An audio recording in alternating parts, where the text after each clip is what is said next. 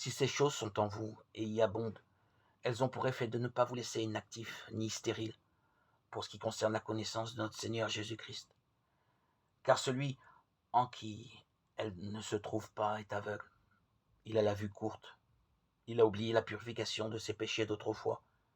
C'est pourquoi, frères, appliquez-vous d'autant plus à affermir votre appel et votre élection. 2 Pierre 1,8. L'apôtre présente ici les heureux effets produits par toutes les qualités qui viennent d'être énumérées et les graves conséquences qui en résultent pour celui en qui elle ne se trouve pas.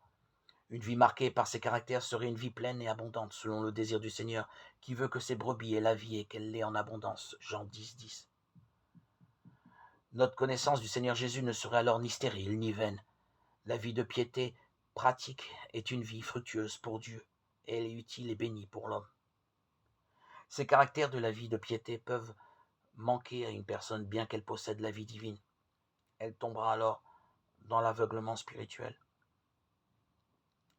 Ayant la vue courte, elle ne verra que les choses présentes du monde et ses convoitises. Elle ne sera pas en mesure de voir loin. Un cœur occupé à faire sa propre volonté et à satisfaire ses convoitises ne verra plus le roi dans sa beauté, il ne contemplera plus le pays lointain. Isaïe 33, 17.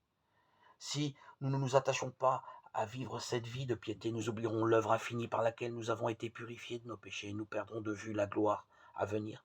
Nous irons à la dérive. Hébreux 2, 1. Dans le monde qui nous entoure. Et nous retomberons dans les péchés mêmes dont nous avons été purifiés. Par cet avertissement solennel, l'apôtre Paul nous exhorte à nous appliquer à vivre pleinement cette vie chrétienne, pratique, et à affermir ainsi notre appel et notre élection.